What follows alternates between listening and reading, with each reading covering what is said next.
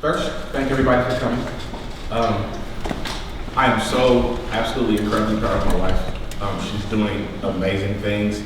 She's moving at a pace that I couldn't have anticipated. It's all God, it's all spirit. She's an amazing woman. I lack the vocabulary to explain how she's transformed my life and the people's lives around her. This book is probably one of the most heartfelt things I've ever read from a person that I personally know. I've read some things that are deep and insightful and meaningful, but to actually be privy to the story and to know parts of it and to just hear it more in depth and to read the passion in which she wrote it, it blows my mind. She's amazing. It's my honor to have her doing everything that she's doing. It's my honor to be next to her while she's doing it. So with no further ado, reading an excerpt from her book, Put Some Shoes On. My wife, the founder, president, and CEO of Grow Incorporated, Rohini Townsend.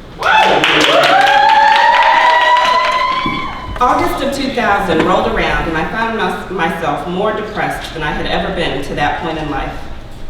The little bit of, I don't care, I'm gonna do me, had deteriorated. Defeat had swept in and taken its place. I was living as a single parent with a man in the house. I was embarrassed, exhausted, and I felt ugly all of the time. Worthless, stupid. No one will ever treat you better than this because you don't deserve it. That's why you've been treated so terribly thus far. Misery was a few steps up from where I was mentally and emotionally. The emotions ran much deeper than sadness. I felt as though it was torture to have to open my eyes every morning. The sun was my enemy and oxygen became its supporting army. Had I not had 2 children that needed to be fed, I would have never left the bed, much less the house. I would drag myself to work, muddle through my thoughts just enough to meet the minimum requirements at work, and then drag myself back home. It wasn't long before I made the leap to daydreaming about death. My mom was disgusted and disappointed in me. My dad was uninvolved. My brothers didn't care. My sisters thought I was stupid for being with Jude, so they weren't around. My children's father had 0 regard for me at all. My friends were non-existent. My church family was imaginary. According to the voices trapped in the confines of my mind, I was completely alone.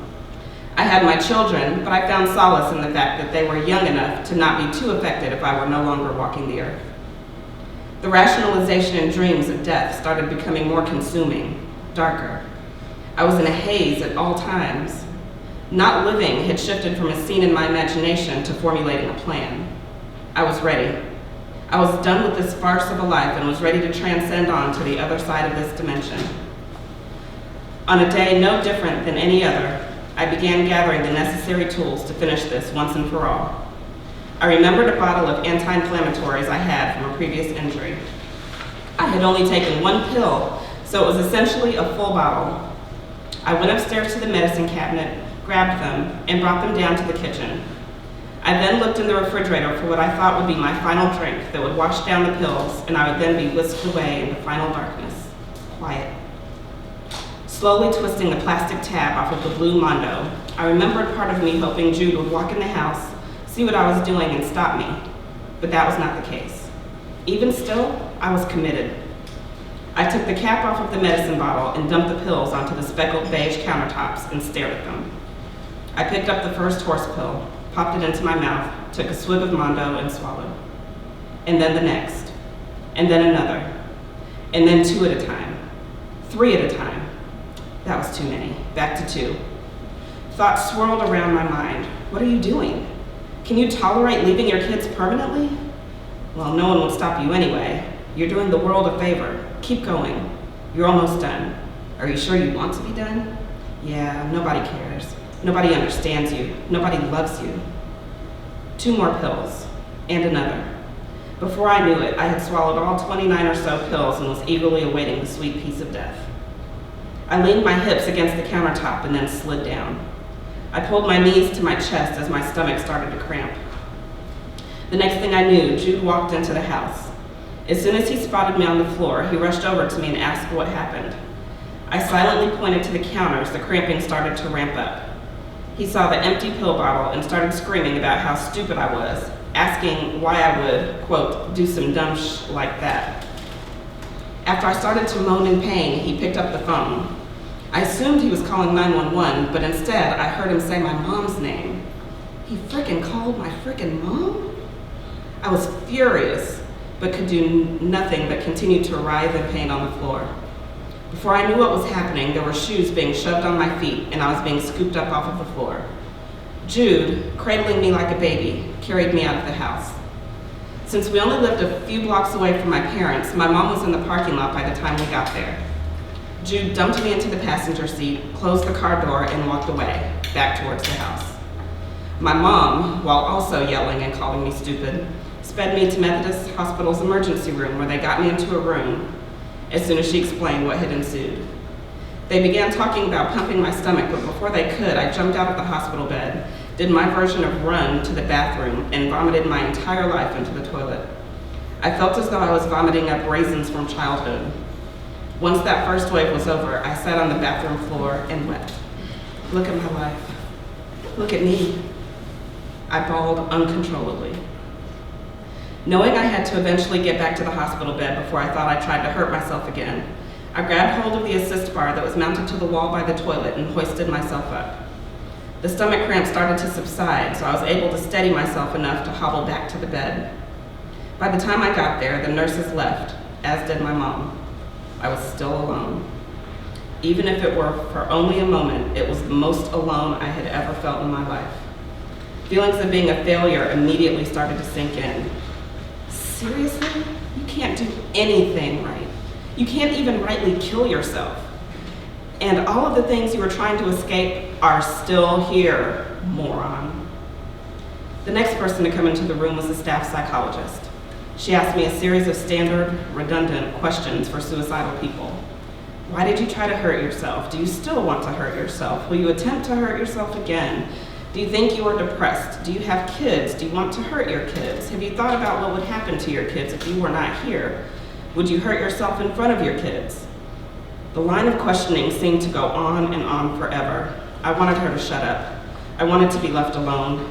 I didn't even have real answers for these questions, so I gave her the answer she wanted to hear so she would go away. They kept me overnight for observation, and all I did was sleep, being occasionally woken up to have my vitals checked. I was still alone. I had nobody to call. No one called the hospital to check on me. It was true. Nobody cared, and I should have found a more permanent way to get rid of myself. My mom came to pick me up from the hospital the next day and silently dropped me off at home. Looks of sadness, annoyance, and disgust filled her eyes. She didn't have to speak. I got out of the car and she pulled away as I begrudgingly journeyed back to my townhouse. No one was home. That was my cue to go to my room, close the door, and do all of the crying I didn't get to do in the hospital. I cried so hard, loudly, and violently that my body shut down and I went to sleep without realizing it. My tear-induced sleep was interrupted by the sound of the front door opening and voices laughing and talking to each other. I opened my eyes, wiped them, and then focused on listening. Trying to discern the voices, I sat up onto my elbows a bit. I wiped my eyes again as if that would somehow sharpen my hearing and craned my head towards the door. Was that a woman's voice? With all of the strength I could muster, I swung my legs off of the side of the bed and shoved them into my house shoes. Walking slowly to the bedroom door, which was ajar, I walked sideways through as to not risk making the door squeak. As I approached the landing to the stairs, I could definitely hear the sound of a woman's voice, laughing and telling a story. Jude was fully engaged, asking questions and laughing. Adrenaline began taking the place of any remaining abdominal pain, and I swiftly glided down the stairs. Sure enough, there was Toya, sitting, lounging even, on the marbled gray sectional for which I paid. She was the first to spot me and about jumped out of her skin. Jude, whose back was to me, turned around to see what made Toya jump, and with urgency, he frantically tried to find words, or at the very least, a suitable facial expression. I leaned against the banister and waited as he struggled to remember where he left his life. I could have yelled. I could have cried. I could have let him off the hook momentarily by going back to my bedroom. I did none of those things. Instead, I continued to stand there and watch them. I even smiled a little as they squirmed awkwardly, trying to figure out exactly what to do or say. After what seemed like a couple of minutes to me, which was likely an eternity to them, Toya finally said, "Well, hi, Ro, I was just leaving." She glanced in my direction for an acknowledgement, and I continued to stare as she crossed the room to the door. She looked at Jude, who was staring at his feet by this time, turned the doorknob, and left. As the door closed behind her, Jude opened his mouth to speak, and that's when I turned and went back upstairs. Predictably, he followed me, pleading his case all the way into the bedroom. I remained quiet as he spoke, and rather than replying, I took off my slippers and got back under the covers. Everything out of his mouth was noise to me. When he finally stopped talking, I snidely said, "I get it. I ruined your opportunity for a quiet house alone by being alive. Well, now I'm going back to sleep." A rebuttal attempted to escape his lips, to which I responded by turning over, powering on the television, cranking the volume, and pulling up the covers. He got the hint and left the room. Again, that should have been the end of it, us. But alas, soul ties can be formed by having sex with someone, through DNA, through love, or by speaking vows and declarations over relationships. For example, if you've ever uttered the words, "I'll never love anyone else but you," or "We'll be together forever," or anything along those lines, you're forming a soul tie with that person and will have to take steps to reverse it in the future. The soul tie that existed between Jude and I was a dangerous, damaging one. It was nothing like the tie formed between Jonathan and Saul in 1 Samuel 18:1-5. That soul tie was ordained by God. It was necessary for the advancement of the kingdom and to be victorious. Instead, this soul tie was more like that which is referenced in 1 Corinthians 6:16, which reads, "Do you not know that he who is joined to a prostitute becomes one body with her? For, as it is written, the two will become one flesh." This is why the need for sexual and relational responsibility is so dire. With every physical, emotional, and familial connection, pieces of souls are being transferred. The unhealthy, defeating soul ties need to be denounced and prayed against. The God-ordained, empowering soul ties need to be prayed for and reinforced, as they can and will become targets for the enemy. And there ends that reading. I'm going to address some questions. Desiree? My lovely assistant, Desiree.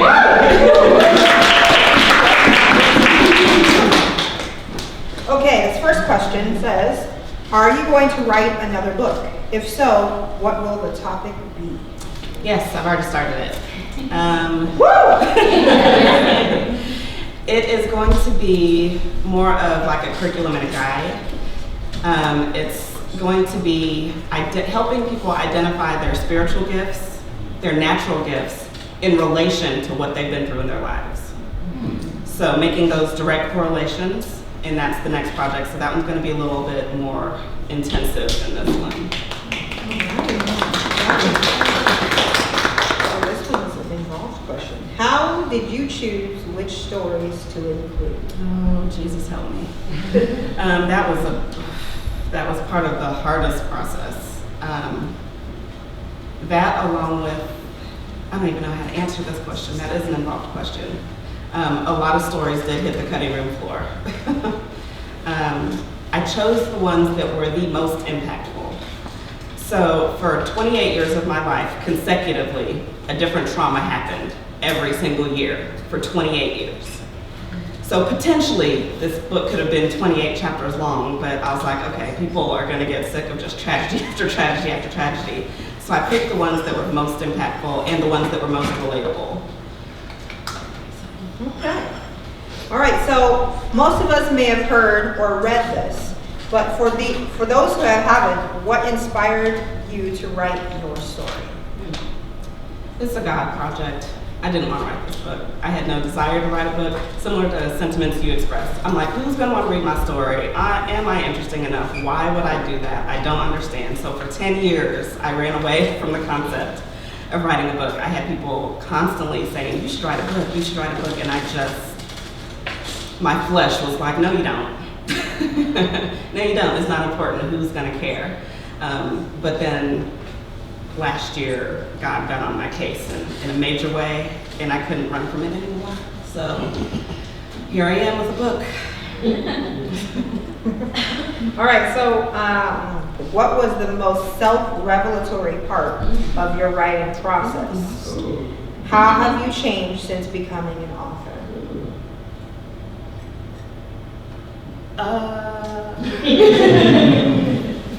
Self-revelatory. There were so many of those moments because what happened with me during this process was I would write about things that I know I've been healed from. I know I've been delivered from. I am not struggling with these things. However, when you have to dig those things up and write about them in detail and picture people reading it and picture people relating to it, it was a completely different ballgame. So in that, I had many revelatory moments of, am I really healed from this? Why am I so affected by this? There were a couple of times where Earl just had to shut my laptop and was like, you're done.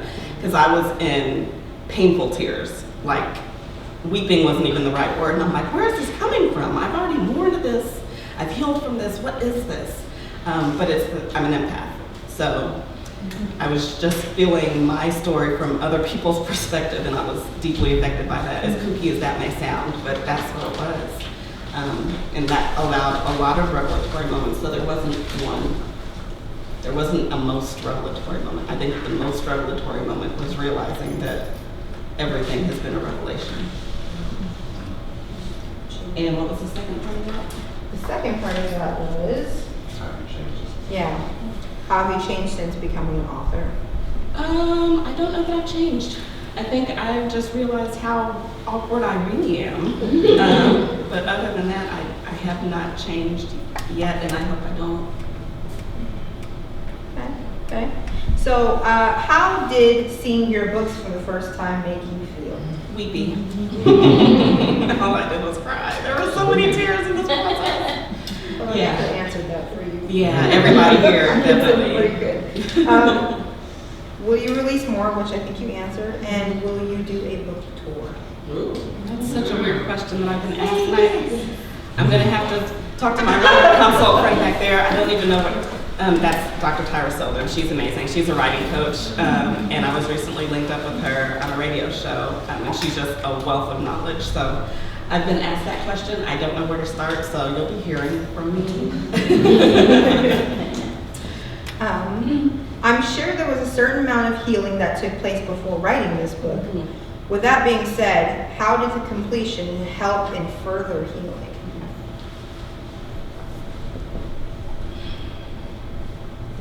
I think the completion, people reading it was what helped in furthering my healing process, because people started to read the book and provide me with feedback. People started opening up to me about things that they've been through. And in those conversations, mutual healing was happening. And it's been very spiritual. Almost every one of those conversations have been deeply spiritual. All right, so a lighter note, fun question. I like this question, whoever wrote this. Who will you cast in the movie? Oh my God. We were just talking about this at work, and it makes me, that's so weird. That's so weird. I don't know. Did we decide? No. I think we figured out your character.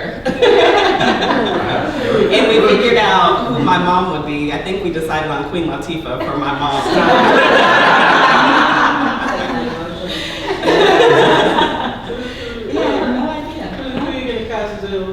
Gary, what's his face with the white eyes? The white guy? Yes. Gary Oldman. No, not Oldman. Oh, not Coleman. Gary Coleman. He's on like NCIS or CSI. White eyes. And he just recently recovered and now rehab.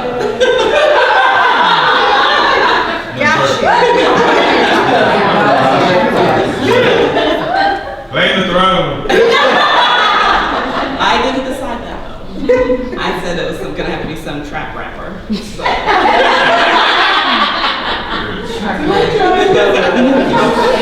I'm laughing because I can see this.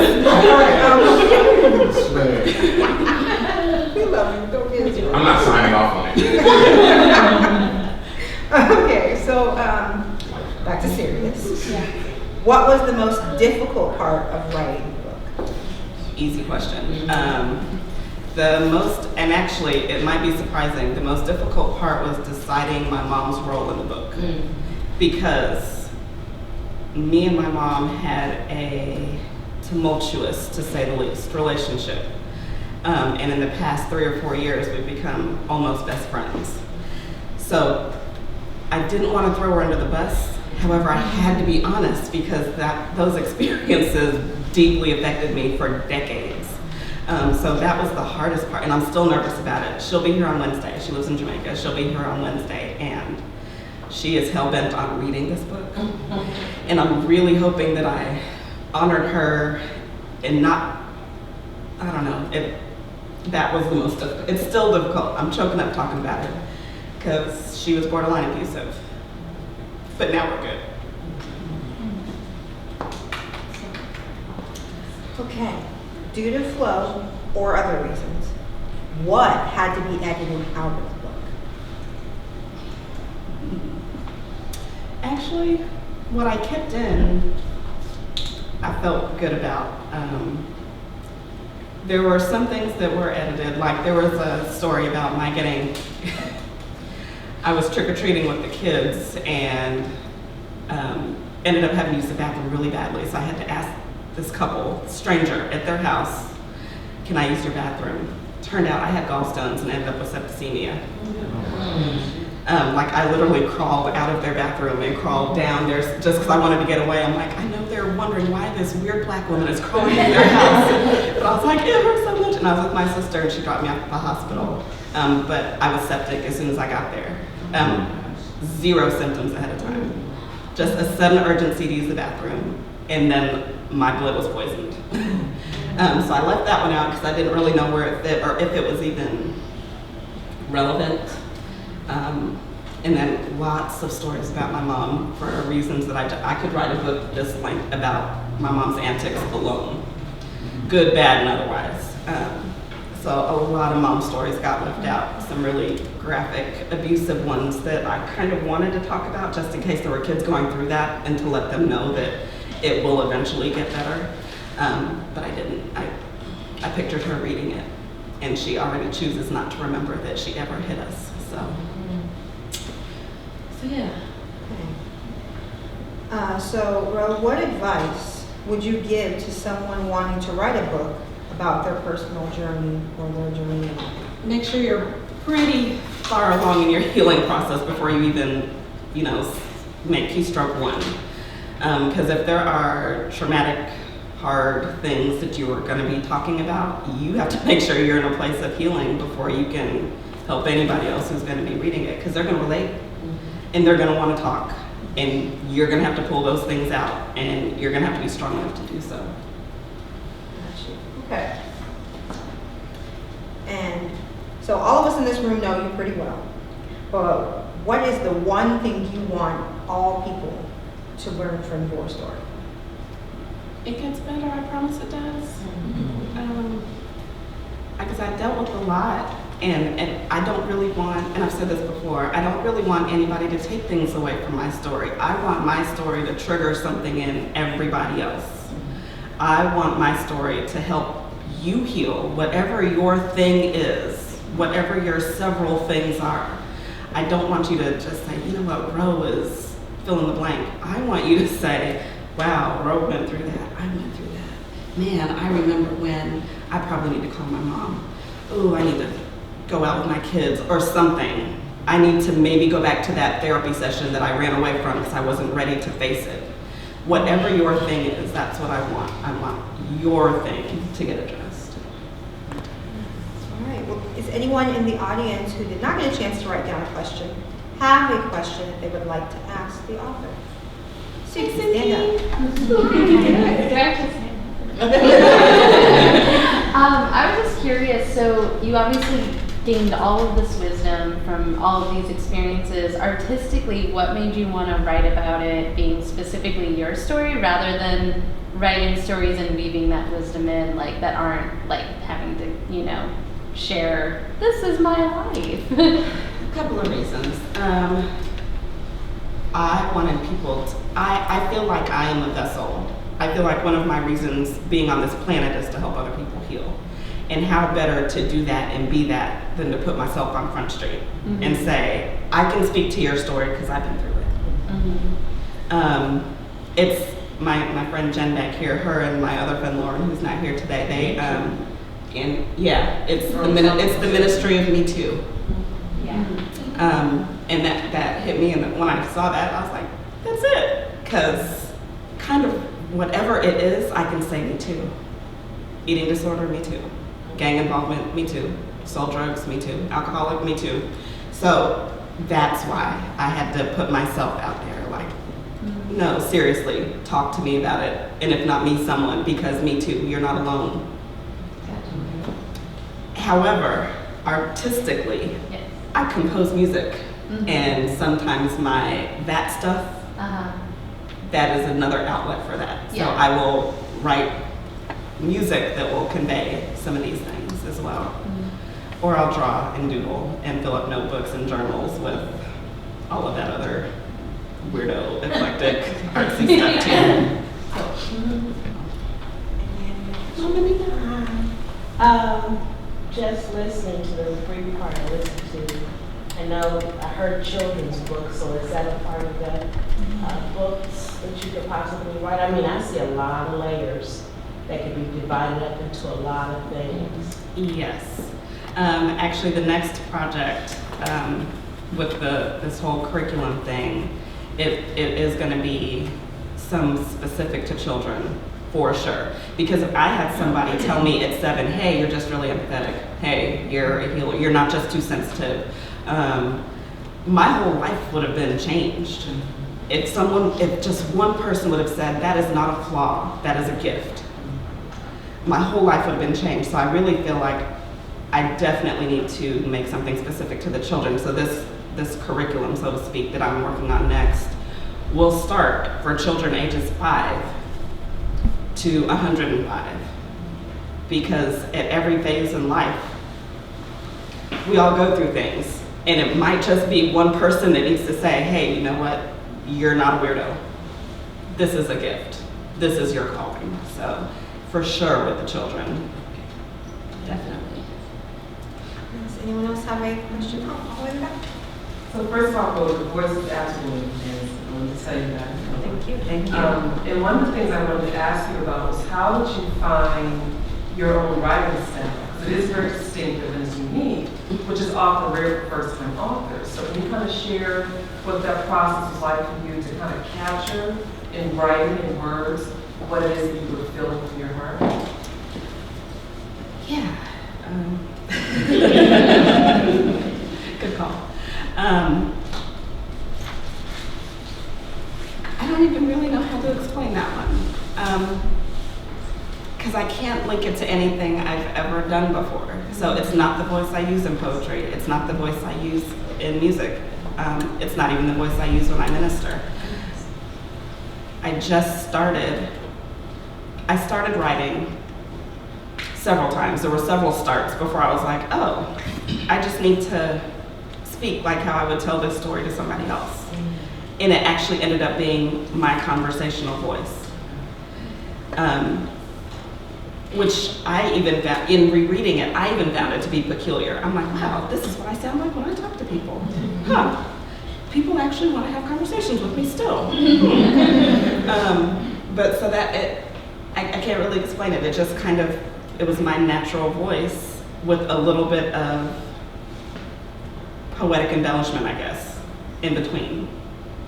So, thank you. Does anyone else have any questions? All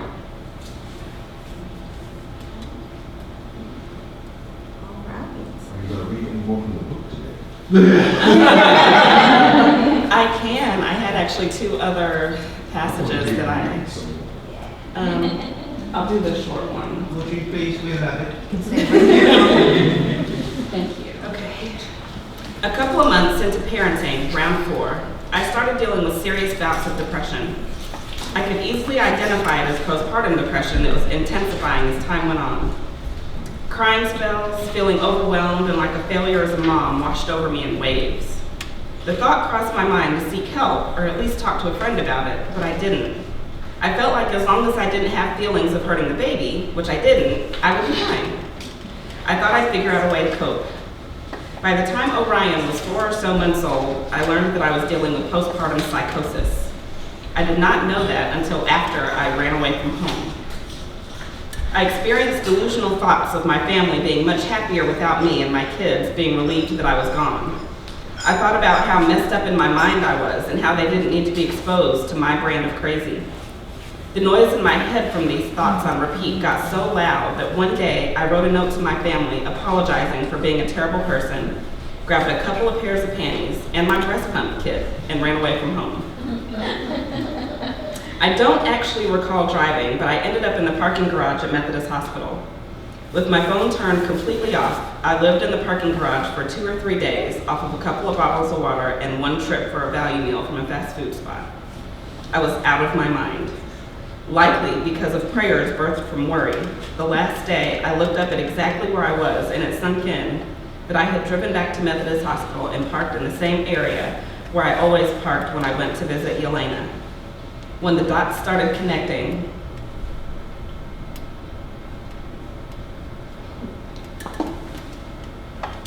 I sobbed into my hands and then decided to go into the hospital and get some help.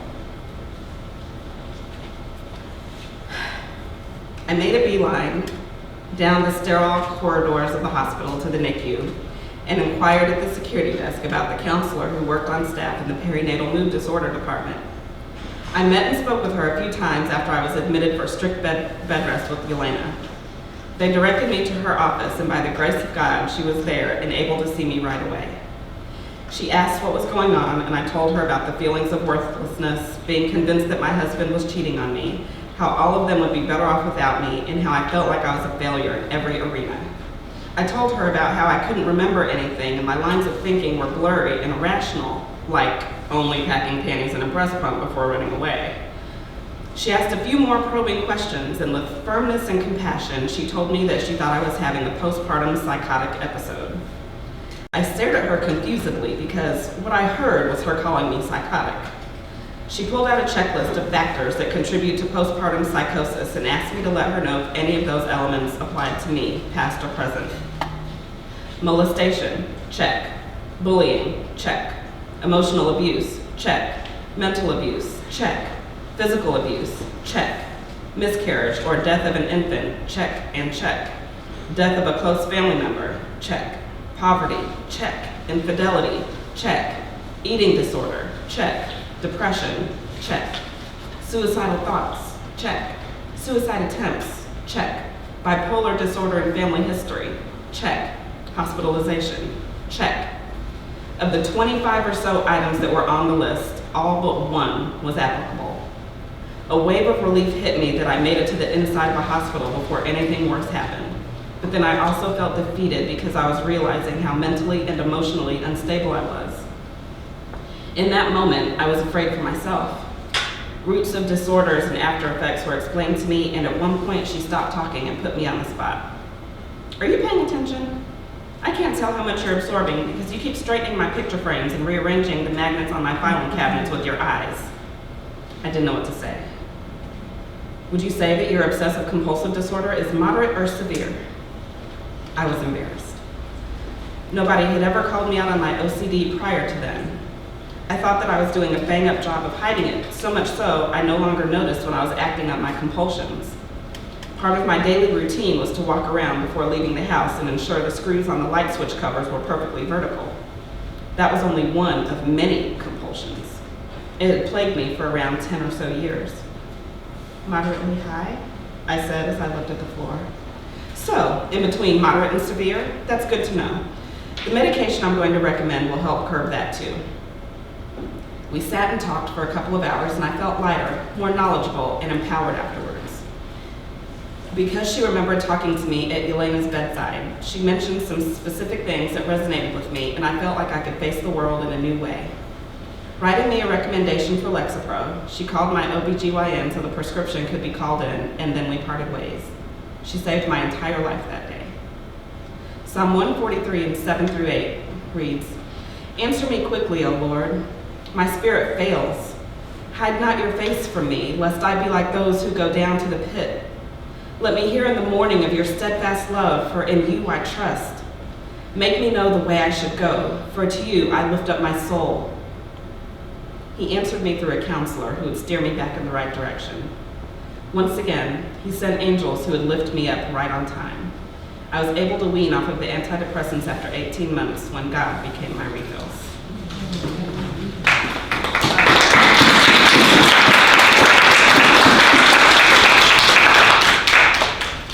Okay, any other questions?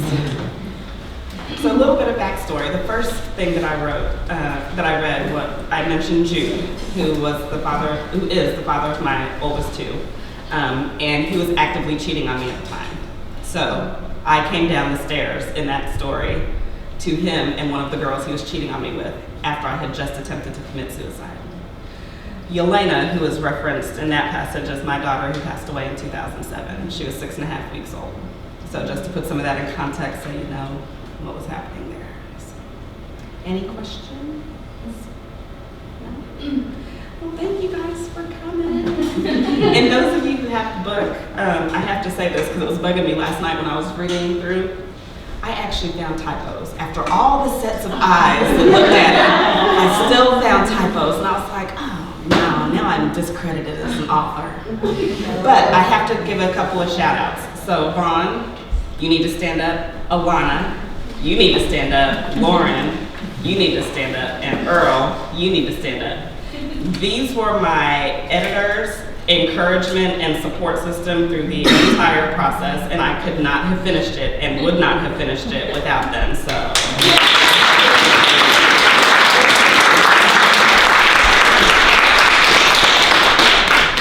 All right, well, that's all I have. She has books for $10. Thank you, only $10.